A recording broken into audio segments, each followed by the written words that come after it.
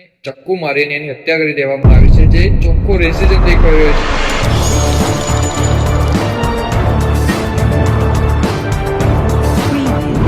તો ભાઈ Canada is not safe any more, because તમે લોકોએ સાંભળ્યું જ હશે કે ભાઈ અત્યાર સુધી જોબના પ્રોબ્લેમ તો બહુ જ હતા, જેમાં સૌથી વધારે ઇન્ટરનેશનલ સ્ટુડન્ટ્સને પ્રોબ્લેમ થતી હતી. અને અત્યારે એક નવું સ્ટાર્ટ થયું છે કે ભાઈ ક્રાઇમ રેટ વધી ગયો છે, એ પણ ઇન્ડિયન્સના ખિલાફ. એકચ્યુઅલી તો તમે સાંભળ્યું હશે કે ભાઈ છેલ્લા 4 મંથની અંદર 4 મર્ડર અને જાણતા 4 ઇન્ડિયન્સનું મૃત્યુ થયું છે. માંથી લાઈક એક સાન્યા કરીને એક સિટી છે નાનકડી, જેના અંદર એક પૂરીઓ એના ઘરમાં એનો જે ટેનેન્ટ રહેતો હતો, જે છોકરો રહેતો હતો એના ઘરમાં રેન્ટ ઉપર, કઈ બોલાચાલીને કારણે ચક્કુ મારીને એની હત્યા કરી દેવામાં આવી છે, જે ચોખ્ખો રેસિઝમ દેખાઈ રહ્યો છે. સેમ ટુ સેમ કેસ બીજી જગ્યાએ પણ થયો છે, જેમાં એક ગુજરાતી કપલ હોય છે અને એમના પાડોશી જે ભૂરીઓ હોય છે, એ પાડોશી એમને દરરોજ તેમને હેરાન કરે છે, બહુ અબ્યુઝ કર્યા છે એમની વાઈફને એવી રીતે.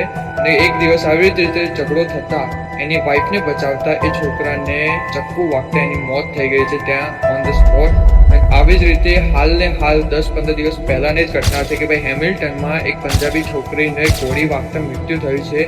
એ બિચારી ખાલી બસ સ્ટેન્ડ ઉપર ઊભી હતી અને એને બસની વેઇટ કરતી હતી, અને કોઈ ભૂરિયાઓ ઝઘડતા હશે અને એમની ગોળીબારીમાં આ છોકરીને ભૂલથી ગોળી વાગી જાય છે. બહુ વધી ગયું છે ક્રાઇમ રેટ, આવા કેસ વધતા જાય છે ડે બાય ડે.